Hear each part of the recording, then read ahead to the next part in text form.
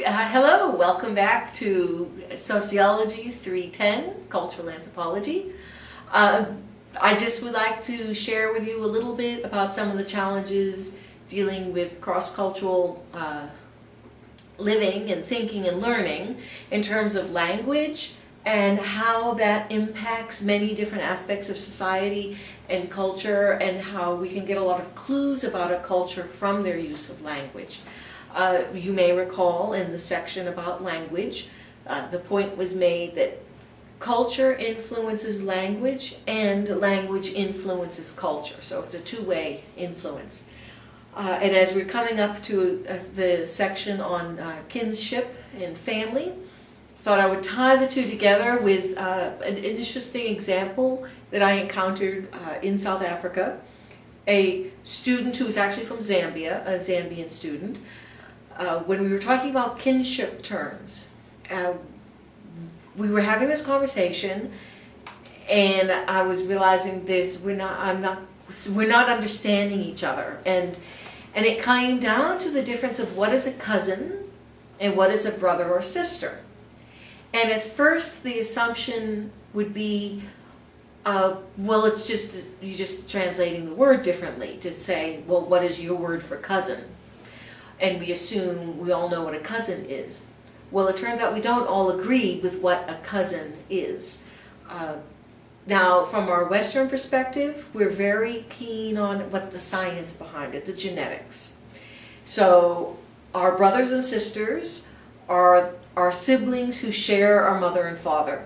And then there's half siblings, a half brother, a half sister, or step brother or step sister. Depending on the relationship with the parents. But our cousins are the children of our uncles and aunts, and that's a clearly defined concept. And all of our uncles and aunts, then we have cousins. I'm not going to touch the whole idea of second cousins and third cousins and cousins once removed. I'm just talking about your basic first cousin.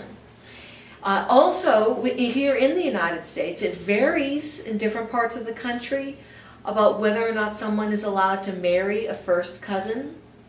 But it is the degree of relationship. We would acknowledge that in terms of the amount of the blood tie or the genetic connection is different between someone who would be a cousin and someone who would be a brother.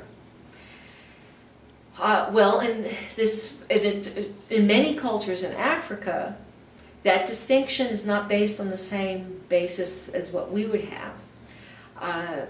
This friend from Zambia was explaining to me that the children of his father's brothers are considered his brothers and sisters, as are the children of his mother's sisters. Then they're his brothers and sisters. But the children of his father's sisters are cousins, and the children of his mother's brothers are cousins. It was getting very confusing there. So it's if the parent has the siblings of the same gender. So for your father, it's his brothers, and for your mother, it's her sisters. And actually, that your father's brothers would actually be considered fathers to you. There might be a term of older father or younger father, depending on if he was the older brother in the family or the younger brother of the family. But they might even have as much authority in the child's life as the biological father. Even to us, they're uncles. And on the mother's side of the family, the mother's sisters. We would consider them aunts, but they are actually they're the older mothers or younger mothers for the person, and thus, because they're the children of a mother, then your aunt's children are your own brothers and sisters, if it's the sister of your mother. Likewise, the uncles who are the brothers of your father are considered, those men are considered fathers to you, so their children are considered brothers and sisters to you. However, they do have cousins. The children of their father's sisters are cousins. And the children of their mother's brothers are cousins. Now, in our mind, all the cousins are equally genetically related to us. It doesn't matter if they're the children of your father's brother or your father's sister. They have an equal amount of genetic connection to us, and they're all considered cousins. And in some cultural groups, then they're free to marry each other, and in other cultures, in some cultural groups, they aren't. Even in the United States, some states have laws that forbid first cousins marrying, and other states don't have that law. So it's not consistent even within our Western culture. But we do consider all of those cousins are of equal, whatever genetic connection they are to us, whatever portion of the DNA they share with us. Whereas in many African cultures, that father's brother has a unique role that and a certain weight of value and connection to the family that's not afforded to the father's sisters. And on the mother's side, the mother's sisters have this other unique relationship and can be addressed as your mother. And so then, to further complicate things, when we were trying to clarify the distinction of these brothers that from a Western definition are cousins, and sisters who we would consider cousins, then if now the individual, though, can marry a cousin, but they cannot marry a cousin, what we call a cousin who they call a brother or a sister. And he's like, of course I couldn't marry her. She would be my sister. I said, but she's a cousin. No, I could marry my cousin if I wanted to, but I can't marry the sister. And of course we say we wouldn't want brothers and sisters marrying, but I was trying to explain, but she's just as genetically related to you as the one that you call a cousin. He's like, no, it's totally different. One of them is a sister and the other one is a cousin. And if I could marry the cousin, but I could not marry the sister. And I was trying to, drawing a family tree and saying, but the genes, you get 50% of your genes from your father, 50% from your mother. And trying to, I used to be a biology teacher, so I was trying to give the whole genetic lesson of why the one that's called a sister and the one that's called a cousin are equally genetically related. But the cultural perception that the one is a sister and the other one is a cousin makes a world of difference. That he's like, well, you wouldn't marry your own brother. Like, well, no, not my brother. But cousins, not that I would necessarily want to marry a cousin, but socially that is more acceptable than the thought of marrying a brother and sister getting married. And so it was quite an interesting thing, and it showed a lot of insight into the culture itself, the family ties, in that those uncles, he addressed them as fathers, and they had every right to speak into his life even more, as much as his own father. And in some of the African family structures, the uncle, if he's the older brother in the family, then he might even have more rights and more authority to speak into the life of his younger brother's children than the actual father does. And likewise, to address the aunts from his mother's side of the family as mothers, and it shows this really deep connection to these family ties, and to just have that the genetics wasn't the issue, but socially that these cousins are raised as brothers and sisters, so socially it would be as abhorrent an idea to marry one of them as the ones that we would consider brothers and sisters. And it was quite interesting even to think of with last names. We have many last names that we would share across the country. If you have a name like Smith, there's Smiths everywhere.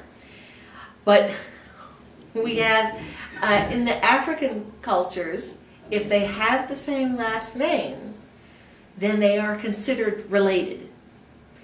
I remember meeting one young man, his last name was Clemini, which is a very common last name throughout the Zulu people and the Siswati people. They're two separate tribal groups that have a shared ancient history, so the one is a branch off from the other one. The Siswati people live in parts of South Africa and the country of Swaziland. The Zulu live almost completely in South Africa.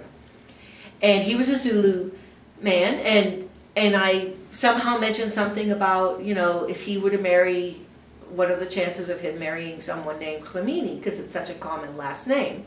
And he said, well, no, none. And I'm like, but it's a common last name. I think it had come up because a friend of ours was a Jones who married a Jones, and because Jones is such a common last name. And he said, no, if a woman has the same last name as me, then that means we're family, and so I cannot marry her. I said, you mean if you met someone and you have no uncles and aunts in common, no grandparents, no great-grandparents, no great-great-grandparents in common, you just happen to have the same last name, you couldn't, he goes, I would never even consider marrying a woman with the same, like that. Because they have the same family name, it means there is a connection somewhere. And which is, so it is very interesting when you start getting into things like family ties, kinships, what is a priority or not a priority. It really is different from one culture to the next. And we have to be careful not to make assumptions. I've heard of many cases where in some African situations, someone would say they needed to have a time off from work to attend a funeral, and they would say that their father died. Of course, you get time off from work if your father passes away. Then a year later, they say they need time off because their father has died. And now the boss thinks, now they're lying to us because his father died last year. But it turns out because he's trying to express in English that a term, well, one of those men was probably an uncle. We would have called an uncle, but because it must have been his father's brother and perceived then as a father, then yes, he wasn't lying when he came in for a second time to say his father has died and he needs time off from work. And I heard a lot of cases of white Western employers, a business owner, who didn't understand this about some of the people who was working in his business, and would say, oh, they're always lying, they're always trying to get time off to go to some funeral, and hey, I looked it up, this is the third time his father has died. But probably it could even have been 3 different uncles. Or one was his father and 2 were uncles, but they were perceived relationally as having the same role in his life, the same value in his life as a father. And likewise, his mother's sisters are as much mothers to him as his own mother.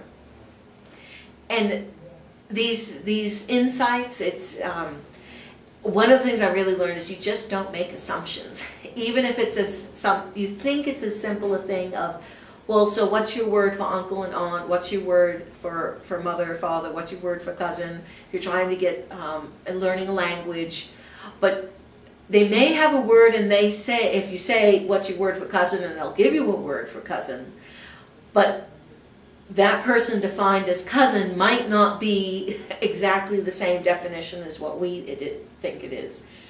And many times when we look at family structures and family ties, we see there's a lot of diversity, and we can't just make assumptions of one or the other, and the value, especially cultures that value families and extended families to a greater extent than we do in the United States. We can get ourselves into a lot of misunderstanding when we don't realize and appreciate the extent of that role, that intimacy of relationship for extended family members.